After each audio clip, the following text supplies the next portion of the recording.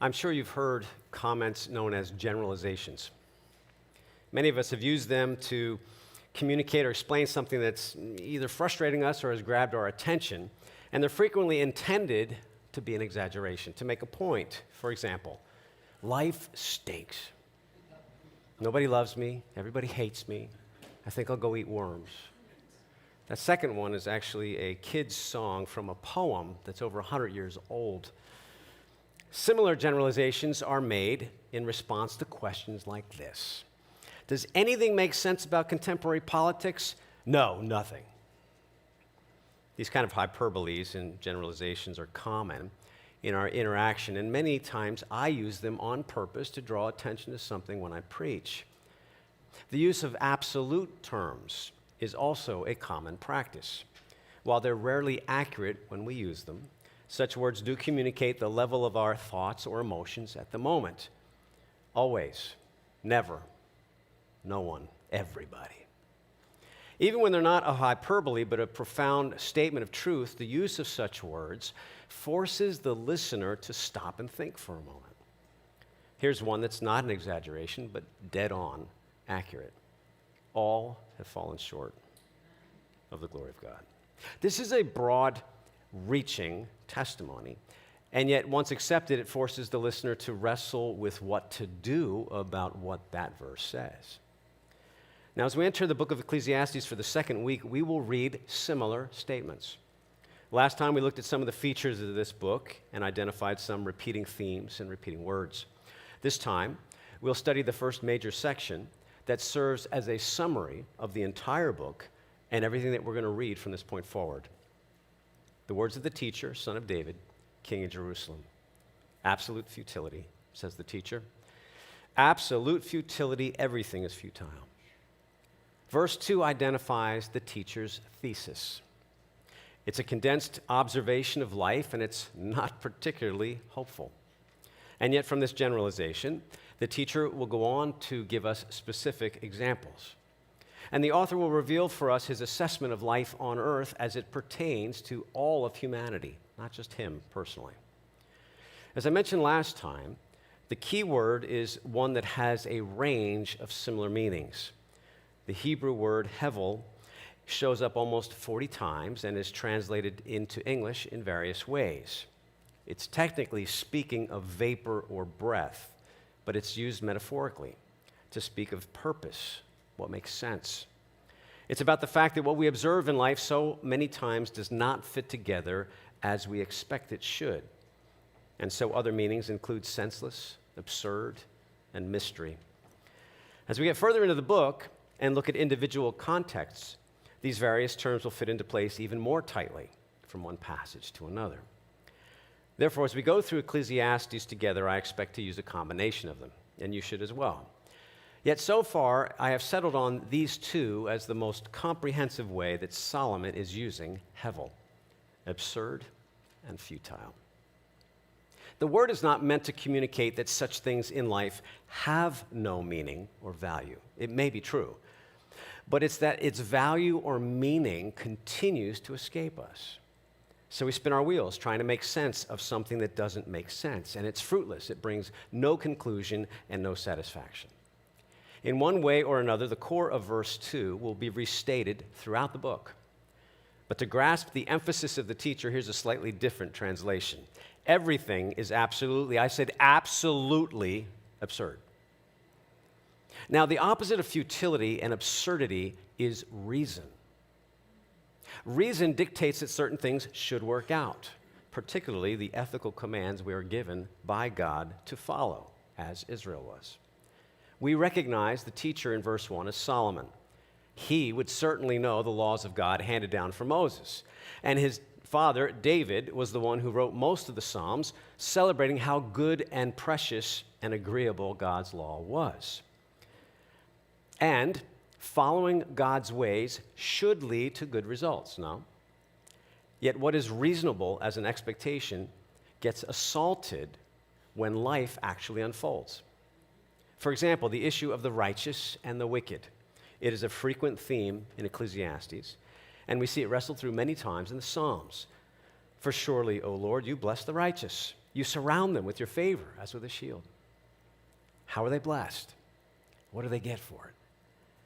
I envied the arrogant when I saw the prosperity of the wicked. They have no struggles. Their bodies are healthy and strong. They're free from burdens common to man. They are not plagued by human ills. The success of the wicked and the suffering of the righteous is an affront to reason. So what do you do with such a disconnect? The teacher would call it senseless. So while the opening sounds very grim, it is only the beginning. Kohelet's contradictions are the starting point, but not the message of the book. He marshals them to tear down meaning, but he does not stop there. He's not a nihilist. He also builds up meaning, discovering ways of creating clarity and gratification in a confusing and indifferent world. Solomon's thesis is a generalization of human experience. And from here, we follow the teacher in his examination of life, beginning with some more specific observations. The words of the teacher, son of David, king in Jerusalem, absolute futility, says the teacher. Absolute futility, everything is futile. What does a man gain for all his efforts that he labors at under the sun? We open up with one of the most dominant segments of life where such futility is experienced: our work, toil, labor. It certainly includes careers and jobs, but you can see the second term isn't always about earning money, simply exerting yourself. The overall emphasis is physical effort, but we also labor to understand. We toil to accomplish things that are less physical, and they tap our emotions, our will, and our souls. The gain or the profit has to do with long-term benefits. It's a word used in the commercial sector, having to do with dividends or profits after all the expenses are paid. So what advantage is there? What benefit? What's left over for all of our efforts? The question is rhetorical. There's no need to actually respond because the answer is obvious. Nothing. Throughout Ecclesiastes, the teacher will raise several questions that are rhetorical, so we know what the answers are without speaking them. This method of asking us questions is to invite us into the same journey along with Solomon. Now, we may argue that work has inherent value, and it does, because God created us to work even before the fall in Genesis 3. There is satisfaction to doing a job well and seeing the results of your work. And there's very often a paycheck connected to our work, at least until we retire. But think a little further. What does a man gain? Whatever income you do receive needs to be saved for future expenses, or it must be spent on things to sustain you this week or this month. Either way, whatever profit you gained will eventually leave you. And the satisfaction of a good work day very often evaporates by tomorrow when you return to the job site and have a lousy day. Beyond that, when does your labor actually end? Let me ask you this. How many of you are responsible in your home to take out the garbage, to empty the dishwasher and reload it, to vacuum the floor, dust the shelves? When are you completely done? Isn't it a great example of futility when you just push the button on the dishwasher and turn around 5 minutes later to discover another dirty cup that you forgot? Or when you took out the trash to the street for pickup only to find something else that needed to be thrown away? What does a man gain for all his efforts that he labors at under the sun? I mentioned last time that this ending phrase not only repeats almost as much as the concept of futility, but it is important to keep in front of us when we read this book. It identifies the scope of Solomon's observations. It is worldwide and universal, true of all human experience. He is saying these things are to be found no matter where you travel and no matter what time you live in or what culture you come from. He's not really dealing with the heavens or the underworld, but limiting his observations to the earth. Well, what does that perspective do to your observations about life? For me, one of the fun parts of reading Ecclesiastes is to force myself to leave behind for a moment what I already know about the rest of biblical revelation. It's the same discipline that we have to exercise every time we read any one part of the Scriptures in order to understand it in its original context. We have to make observations about the text as it is, without coloring those observations with interpretation or other things that we know to be true. For example, in kids' church or Sunday school, the kids have come to learn that God's love is a prominent attribute of God. But if you ask a student a question on a particular passage, that larger understanding of God may trip them up as they look at a single verse. For instance, we could read this to a Sunday school class. Then God will say to those on his left, "Depart from me, you who are cursed, into the eternal fire prepared for the devil and his angels."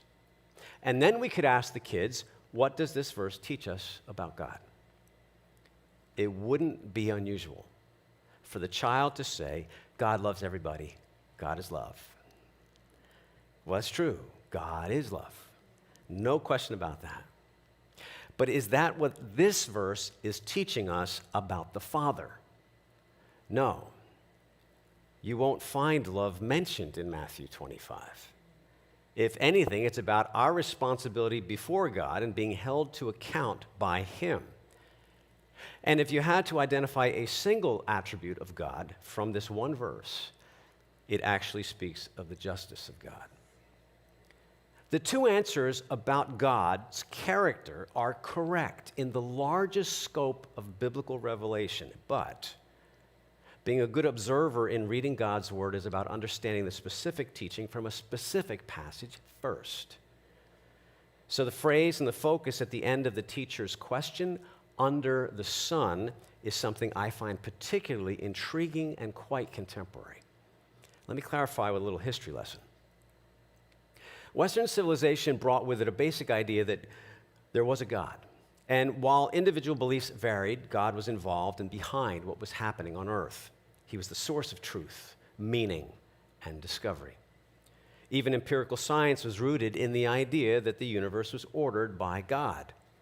So to understand biology or astronomy or physics or any of the other disciplines meant that if we accurately observed, measured, and experimented, we would be able to uncover the order that God had built into the creation. Real science still believes that. But after the Age of Enlightenment between the 16 and 1700s, the position of God was slowly replaced as a source of discovery. Reason, a God-given ability to make sense of things, ended up replacing God as the highest pathway to discover everything. In fact, the Enlightenment is commonly known as the Age of Reason. So with God set to the side or eliminated from the picture altogether, human discovery of what is true, what is real, what has meaning, all shifted to us and our mental ingenuity. It was reason that became king. What we could see and measure and quantify, those were the pathways to discover truth, not special revelation from God through his word. So you see, for more than 100 years, probably 200, our Western world has returned to the same place that Solomon was wrestling with meaning and purpose, under the sun. Strangely enough, the world has come back to this very limited observation deck to take notes and try to make sense of this life. Now, by this point in history where we're alive, generations have been living with the idea that we exist in a closed system. Everything that can possibly seen, touched, smelled, tasted, and heard, everything that can possibly be true is inside that box. It's known as the cosmic cube. It defines who we are in a natural, material, physical universe. We are told that for a person to believe in anything outside existing beyond this cube, that person's either ill-informed, ignorant, or they hold on to myths and lies that have been proven false by modern research. The popular worldview promoted by the learned and the powerful is that the cosmic cube is all there is. There is nothing outside the box. While the same voices might admit that the universe is beyond our current ability to fully measure or explore, the modern naturalist believes that matter and energy is the sum total of our reality. or as the famous spokesperson for modern science proclaimed, the cosmos is all there is, or ever was, or ever will be. It sounds like a religious doxology, because it is. As believers, we reject this claim. We accept a larger reality than what the cosmic cube represents. As a result, we have taken a step of faith that says the universe, which we can examine with our five senses and our minds, is only one part of a larger reality. In other words, we believe that we do not live in a closed system where nothing can be found outside the box. Instead, Christians believe that God exists outside the box, and he interacts constantly with his creation, particularly with those of us as his creatures. So from a biblical point of view, we live and we work.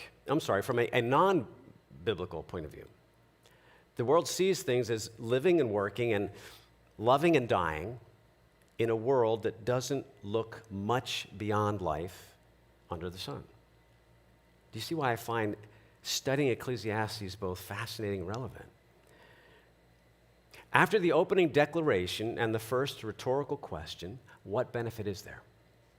The teacher then looks at a few specific examples as evidence that is familiar to us from observing our surroundings, beginning with nature. Verse 4. A generation goes and a generation comes, but the earth remains forever. You notice the emphasis? Compared to what we normally say, the word order is in reverse. We typically say come and go, not go and come. And so the going part slaps us in the face right at the beginning of the book. This focus on death will be a continual theme among others that we will find. And this theme is directly tied to our efforts and our lives. More of that later. Now, most of our translations have the word but between the first and second part of the verse. And in that case, it serves as a contrast. One's temporary, the other is long-lasting. And that's certainly an accurate observation no matter how you do it. Yet another way to look at this is that the second part is an explanation of the first. A generation goes and a generation comes, the earth remains forever. In other words, the one way that we see things remaining the same is that this pattern keeps repeating. One generation dies, one generation is born. One generation dies, one generation is born. The cycle on earth doesn't stop. The fact that it keeps going without any discernible advantage fits closely with the next observation of nature. The sun rises and the sun sets, panting. It returns to its place where it rises. Now, the images of that of the sun sprinting from its place of origin, traveling in a circle to once again come back to the beginning. An optimist reading this would see panting as something eagerly sought after, like the way the psalmist uses it sometimes. I open my mouth and pant because I long for your commands. So it could be a positive effort on the part of the sun, and yet the tone of the whole section seems to fit more closely with futility. The panting, then, is exhaustion and gasping like a runner breathing heavily in the race. The sun rises, it runs to the point of weariness, it returns to the starting point, only to do it all over again at daybreak. Verse 6. Gusting to the south, turning to the north, turning goes the wind, and the wind returns in its cycles. The wind is real. It has direction. We can see the results, and there's even some order to the pathways. It's not aimless, but we cannot fully chart those cycles. That's why we can't predict the weather. And as the wind blows, it may offer us a cool breeze on a hot summer day, or it may bring terrible destruction from a storm. Like the sun, the wind is moving, even in discernible directions, but what's the result? It goes around its pathways, turning and spiraling and turning in circles. The image may even include the idea of being stuck in a rut. Furthermore, the cycles of the winds have the appearance of great activity and movement, but does anything really change? It's similar for the waterways of the earth. All the streams flow to the sea, yet the sea is never full. The streams are flowing to the place, and they flow there again. No matter how hard the river pushes forward, carrying untold gallons of water to their destination, the work's never done. The oceans are never satisfied with what they receive from the streams. And while the verse does not explain how the streams begin with a new flow of water, we know that the cycle repeats itself. These three examples form a couple of realizations for us. First, there is a discernible order and movement in nature, yet the cycles are repetitive, and the effort of the sun, the wind, and the rivers has no ending point. Their toil never offers them a final state of profit or benefit, or for that matter, rest. Whatever gain there might be must be gained again. Not only does man not obtain much for all his labor, but neither does the creation. I suppose you could consider it an endless cycle of the same old, same old. Yes, there appears to be changes and even great activity in nature. But when you step back and really examine what you're witnessing, is there anything fundamentally different than it was before now? No. And that's the teacher's point. So as we bring verses 5 through 7 back to verses 3 and 4, there's another realization that is absurd. We've been dealing with a contrast to what appears to last and what appears to come and go. Even with the natural cycles of wind, day and night, and the flow of the rivers and streams, the earth has a certain permanence, while human life does not. But wait, wasn't the earth created for human existence? Yet it gets to stay, and we don't last? Absolute futility. At this point, any observations of nature do not bring satisfaction to the teacher. So what about the human part of this world? Verse 8. All things are wearisome, more than one can say. The eye is not satisfied by seeing, or the ear filled with hearing. Just like the oceans that cannot obtain that final gallon, for as much as we take in with our ears or our eyes, there's always more that can be taken in. Will our ears ever hear enough to have heard everything? Will our eyes ever see enough to have seen all that can be perceived? While the process of learning and observing can be energizing for those of us who like to learn, it also can be very draining. The first part of the verse mentions our words as one other part of this picture. All things are wearisome, more than one can say. Well, with this understanding of the phrase, it means beyond words. The weariness of things is so mind-boggling that it exceeds human ability to describe it. You've heard the picture? There are just no words. Well, that's what we say when we don't have anything else that we know what to say. There is a time when you become exhausted in trying to make a point in verbal communication. Well, not for everybody. There are some who can carry on a monologue for an indefinite period of time without coming up for breath, and everyone else begins to get weary. But there's another angle on this as well. There comes a point when no matter what is said, there will be no impact. The talk goes on, but nothing changes. There is no benefit for the listener, or at that point, for the speaker.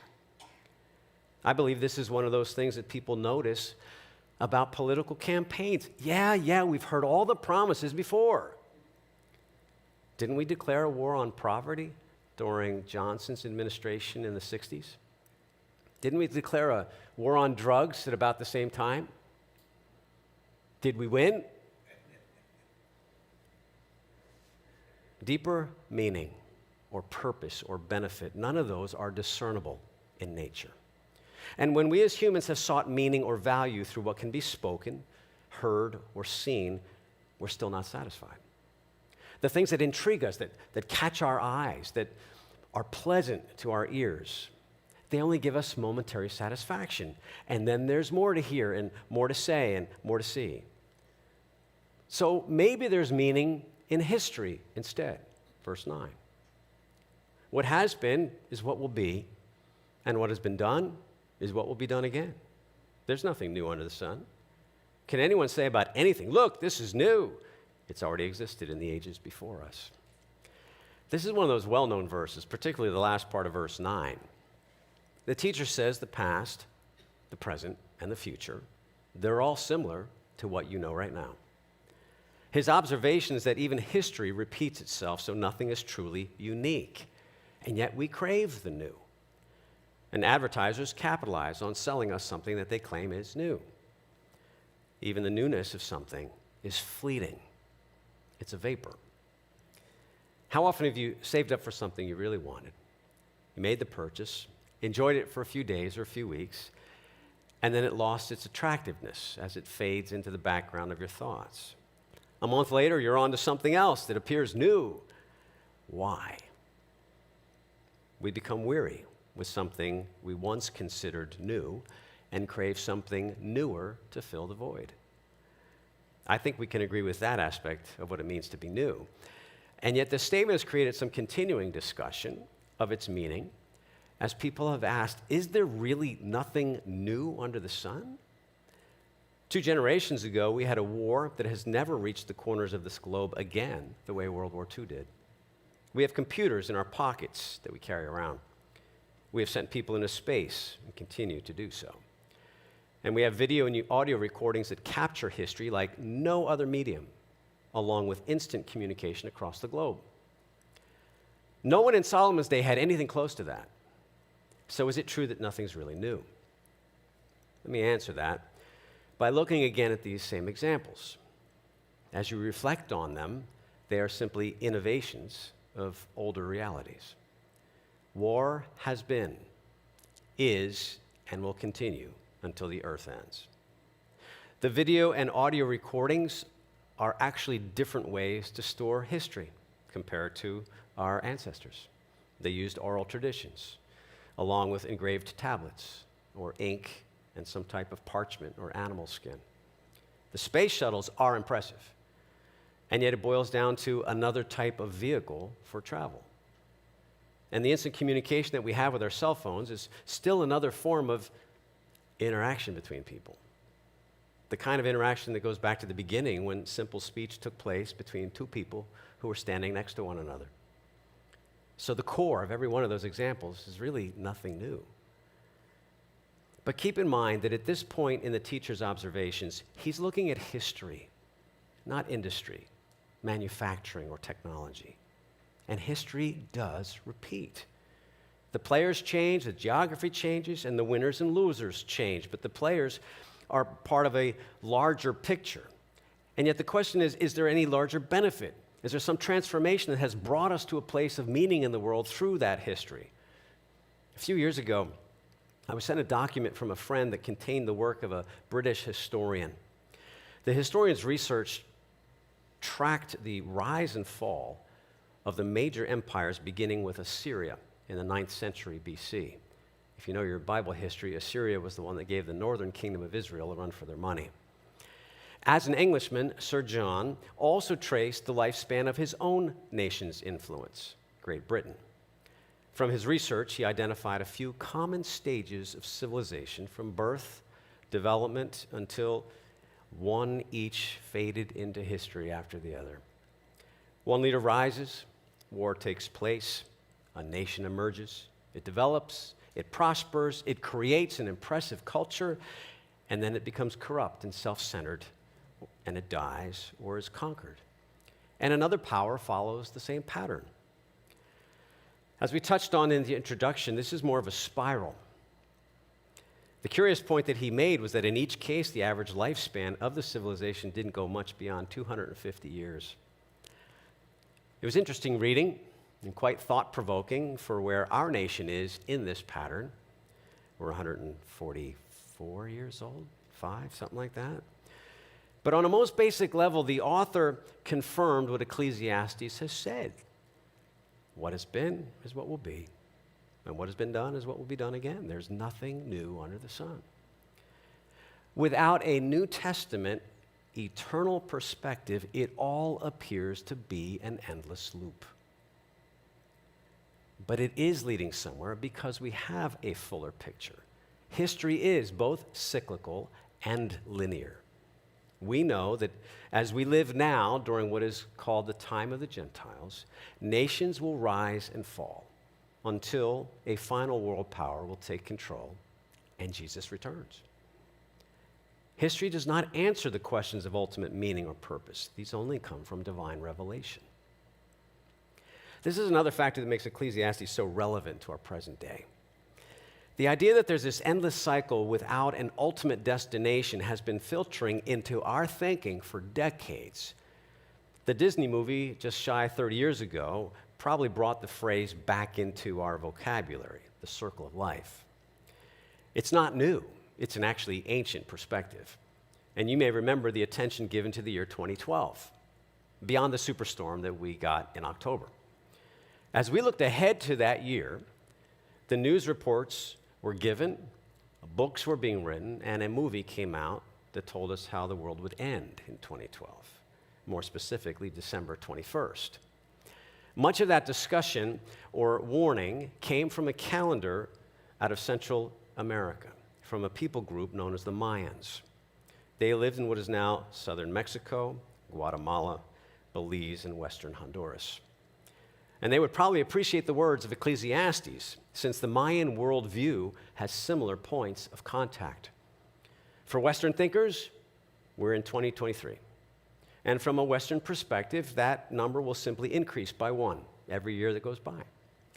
But the Mayan worldview has a cyclical nature that would repeat every so often, rather than continue in a straight line indefinitely. The Maya conceived of history not as the linear passage of time, but as a series of cycles. They called them world age cycles that would repeat over and over. To capture these cycles, the Maya employed what scholars call the long count calendar. Each age or period is approximately 5,125 years long. And according to the calculations of the people who knew, our most recent age was supposed to finish in 2012. While some people consider that year to be the end, and the end in the big picture, the Mayan people see that the date is a beginning of another age. And so the cycle repeats for another 5,125 years, I suppose. So if value cannot be discerned from nature, or from man, or from history, what about the human interaction with both nature and history? Verse 11. There is no remembrance of those who came before, and of those who will come after there will also be no remembrance by those who follow them. Isn't that happy? Verse 11 serves as the ending to the teacher's summary of what life is under the sun. It is not any more hopeful than anything else we've read so far. And this is where our work and our lives and our death all come together. You see, hard work, even exhausting labor, may have some value if your work produced will outlast you. You might be able to find meaning in that work if your achievements remain, like the people who designed or built the famous bridges or skyscrapers or ancient monuments. The memory of them does last for a lot longer. We actually know some of the architects' names, and yet in time, they are forgotten. And eventually, their construction doesn't last either. No matter what toil you endure or what accomplishment you may achieve, your life ends. The cycle of life, as illustrated even in nature itself, assures that there is no payoff for any of our activities and efforts. All that we do in any corner of our existence collapses into absurdity. Moreover, the ultimate indication of absurdity is the fact that we will all die, and even the hope of being remembered by our descendants is an empty one. This is a fairly depressing statement, is it not? But it's another evidence that there's nothing new. Even our best case scenario, we cannot recall everything that has happened in previous generations. And so when we come across what is advertised as new, in many cases, it's only new because we've forgotten what has happened with those who went before us. And we are told that those who went before us are not as smart as us, which helps us not very much appreciate their accomplishment in the first place. As we work through Ecclesiastes, it is my hope that you will begin to understand the perspective of those who are not paying attention to what is actually beyond the cosmic cube. And as you begin to comprehend that viewpoint, then you have a better chance of recognizing another person's values and priorities. So let me finish this connection between history and a worldview that only sees the material and physical as the whole. One such item that I've been learning to grasp is why anger is so much a part of social interaction. When something doesn't work out or promote greater control over some aspect of life, there's great frustration. And it doesn't matter which area of life needs the fixing or the managing. Marriage, children, environment, health, safety, entertainment. It doesn't even really seem to matter if it's a person's own need to be in control of some aspect of life, or if it's the control sought after by some external agency. But the more I've observed and the more I've reflected where such angst is rooted, the more I think I'm coming to understand the perspective of the world. Why are so many angry? Well, consider their viewpoint. This is the only heaven they get. The person that has embraced the lie that life under the sun is all there is, the person who's not interested in Christ or what he has to offer, doesn't have anything to look forward to after their 90 or so years on earth. If you're not fully convinced that there is an eternity and a God that desires you to be with him, then this is all you get. And when that's true, what becomes the priorities of this life? What are the things we have to strive for to find meaning? Having work define us, extending this lifespan even when ethical boundaries have to be crossed to do so. Fighting for my rights because it's owed to me now. There is no tomorrow. Protecting the planet, even when it hurts people, and the protection is not protection at all. And getting rid of those who do not produce value for the society, such as infants, the elderly, and the disabled. You see, as you think about it, all of those measures make complete sense in a world that believes this is all we've got. Yet we know that all such endeavors is actually a wearisome toil that brings no lasting benefit. It is futility. In the introduction last week, I mentioned that the teacher invites us to engage in his journey and struggle with him in his pursuit of clarity. Now, I expect that as we get part of Ecclesiastes and look from one section to another, we're going to have that sense of hopelessness come to us, like we've probably already experienced today. And if we're really engaging with the text, that sense of yuck will be a natural result. But here's how we can use it. How many of us have actually escaped those moments or seasons of life where we're living with a loss of enthusiasm for tomorrow? Or a sense that we cannot find purpose? Those times of futility are very real, and they're very real for all of us. So the teacher is correct in what he has observed. And somewhere in some way, the people we know are living with this frame of mind that there is not much more than life under the sun. Yes, they find joy in many ways and satisfaction in their work. But that gnawing sense of what comes next, or will this end, and if so, where, is something that will not escape them. So I encourage you to allow the yuck to settle with you when you read the text. In doing so, we can gain empathy for others through this study. We know that this is not all there is. And as believers, we can appreciate the fact that God gave us a bigger, more fuller perspective than just the one that looks up from the earth to the sun. Because of divine revelation, we know that the teacher's observations are not the conclusion, they're part of the journey. And we know how the journey ends. As we interact with those who don't know the end of the story, those who have not encountered Christ, they are unable to see the peaks and valleys as anything but a chasing after the wind. Our friends and neighbors are not necessarily deep in thought about these things, but in those moments that they are, when they stop to reflect on the endless cycles of nature, or one generation passing without much notice, or the repeating of history, despair is a fairly common result. And in that futility and frustration, anger is often a result as well. Yet I like to think that such reflection will eventually draw that person that we know to consider life above the sun and conclude there must be something more. We have a hope that goes beyond this life. And from our vantage point, the peaks and valleys look a bit different, even though we also have to walk through them the same way. And my contention is that the things that Solomon records are still true. That's why it feels so real to us, and it's as if he's sitting on our shoulder, walking through life with us. I've been there. I know what that's like. And that's all the case, even when we know the bigger picture. So perhaps we may develop a certain level of compassion as we interact with those who cannot see beyond the endless cycles. And perhaps we may develop a greater willingness to work side by side with them with the goal of offering them the hope that we have in Christ. Father, that is our prayer for today.